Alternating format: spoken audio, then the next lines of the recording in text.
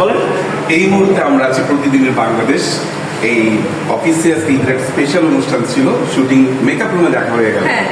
যাই হোক, সবার আগে যে গুরুত্বপূর্ণ কথাটা বলছি, আমরা পাঞ্জাবের কিন্তু ভাই আমার নিজের ঈদের জন্য বানানো, আর এটা সে বিশ্বরম থেকে কিনেছে ঈদের কালেকশন থেকে।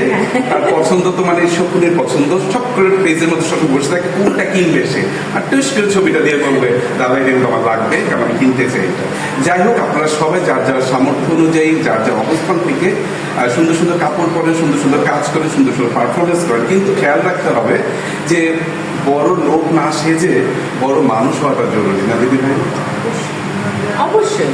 আর আমার কথা হচ্ছে যে আমি চাইলেই তুমি তোমার একটা পোশাক আমাকে পাঠাতে পারো, আমি পড়তেও পারি, এটা হয়তো ওয়ার্ল্ড ওয়াইড একটা ট্রেন্ডও আছে, কিন্তু সব সময় সব জায়গায় ভালো লাগে। আমার ওইটাও শেখার একটা বাজে একটা সিচুয়েশন মনে হচ্ছে আমরা পার করেছি, কারণ আমি যেহেতু সেই দশক থেকে দেখতে দেখতে এই দশক পর্যন্ত আসছি, অনেক কিছু দেখি আজকাল রিলসের মাধ্যমে যে বড় বড় সেলিব্রিটিস কীভাবে মেনটেন করতে, তার পর্দা একরকম ছিল, পর্দার বাইরে আর একরকম ছিল। তা আমরা সবটাই পর্দা না বানাইলেই হয়। আসলে আমাদের মাঝে মাঝে নিজস্বতা কিছু থাকা উচিত, নিজস্ব অস্তিত্ব থাকা উচিত, নিজস্ব পছন্দ থাকা উচিত। যাই হোক, সবাই ভালো থাকবেন। আবার সবাই একসাথে বলে দিই ঈদ মোবারক।